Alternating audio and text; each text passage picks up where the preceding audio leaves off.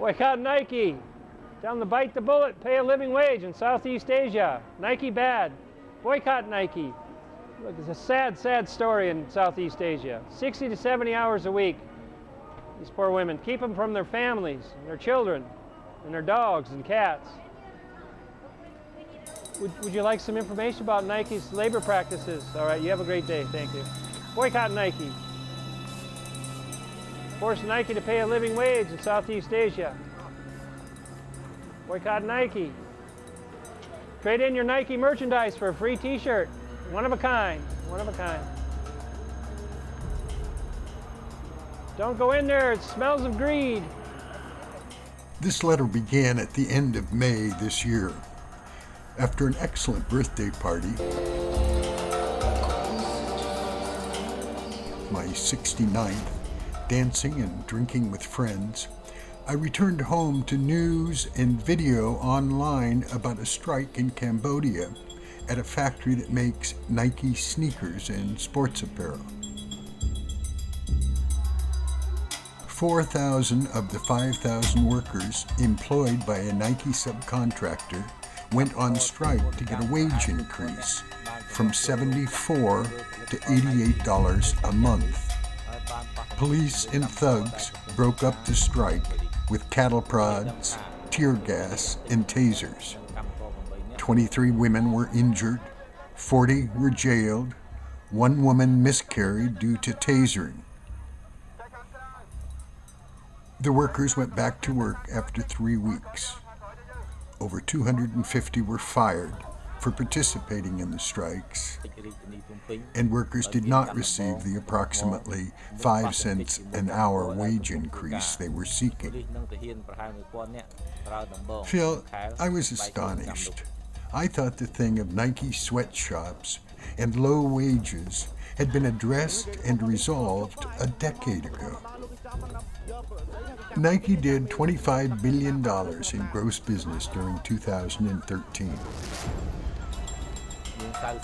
The workers in Cambodia who make Nike products were paid less than 50 cents an hour. At the Nike campus in Beaverton, Oregon, workers employed by Nike are paid well. Nike CEO Mark Parker was paid $10,000 an hour for his services, $36 million during 2012. Nike share prices were up from a year earlier. Dividends to shareholders were better than expected. The University of Oregon was richly rewarded from Nike's success with a lavish football performance center. And as was reported at the Board of Directors meeting in June, all is in line for continuing brand domination. But Phil, what about those million people?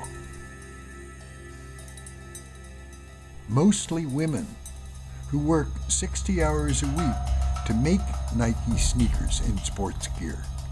What about them?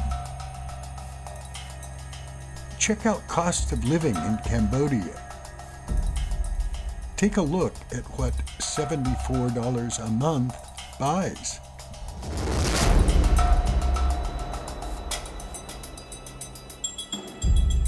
A decent day's work for a decent day's pay, my dad said.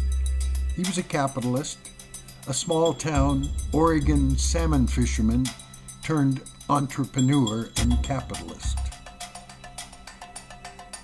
Less than a decent day's pay for a decent day's work is exploitation. It is this outright exploitation that concerns us. They exploit those women in Southeast Asia. 50 cents an hour to make them shoes. Boycott Nike. Boycott Nike. Nike bad.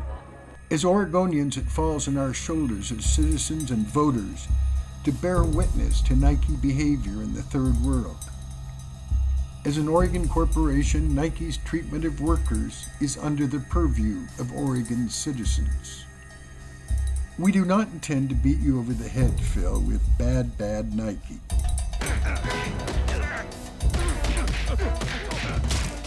Imagine If every pair of sneakers, each piece of apparel adorned with a swoosh, could honestly boast a label that read, "A better than living wage was paid to every worker who participated in making this item."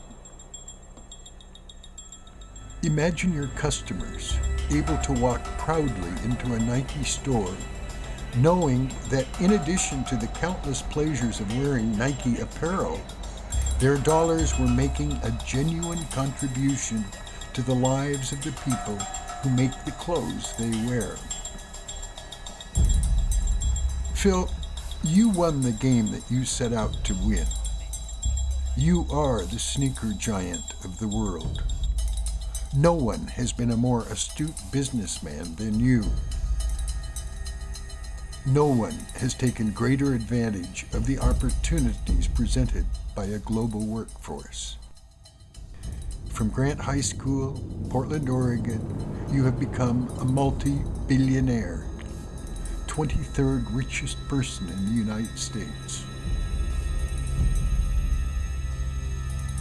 Now it's time to change the game. Time to do the right thing. Time to align Nike, align the swoosh with workers.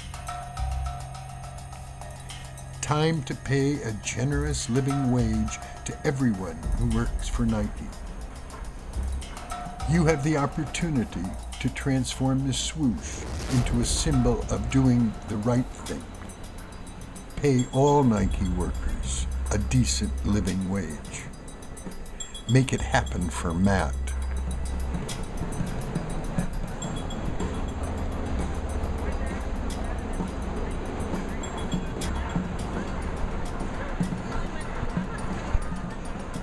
Phil, a brief postscript. Why for Matt, you ask? In an article about the dedication of the Matt Knight Arena at the University of Oregon, a friend of your son was quoted. If you were to take a poll of the people who knew Matt, there would be a common theme. Matt had a generous heart. He wanted to make the world a better place. That is the inspiration for the title. We arrive at your door in Matt's footsteps.